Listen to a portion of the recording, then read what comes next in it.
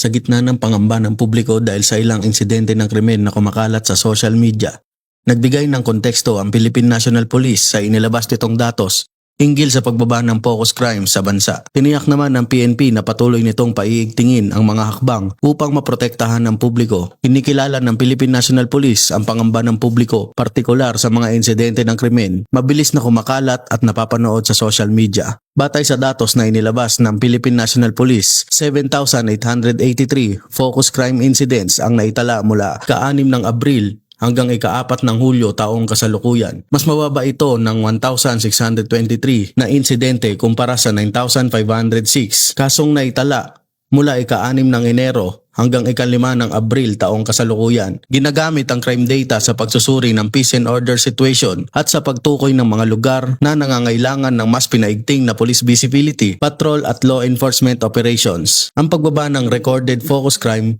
ay hindi nangangahulugang wala ng krimen. Patuloy na kailangan matugunan ng bawat insidente at mapalakas ang pakiramdam ng kaligtasan sa mga komunidad. Kasunod ng mga insidente kinasangkutan ng motorcycle taxi riders, hinikayat ng Philippine National Police ang mga rider na agad tumawag sa 911 kapag nakaramdam ng banta, pinaghihinala ang sinusundan o nakapapansin ng kahina-hinalang kilos. Patuloy din nakikipag-ugnayan ng Philippine National Police sa mga ride-hailing platform, lokal na pamahalaan at police units upang palakasin ang information sharing, police visibility at agarang pagresponde sa mga lugar na nangangailangan ng karagdagang pagbantay. Muling tiniyak ng Philippine National Police na mananatili itong nakatuon sa pagpigil sa krimen, agarang pagresponde at pagpapanatili ng kapayapaan at kaayusan.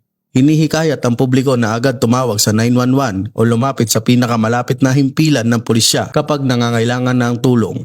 Mula rito sa Campo Crame, ako ang inyong PNN correspondent, Patrolman Erickson Mayor, nagbabalita para sa Police News Network, alagad ng batas, tagataguyod ng Balitang Pulis.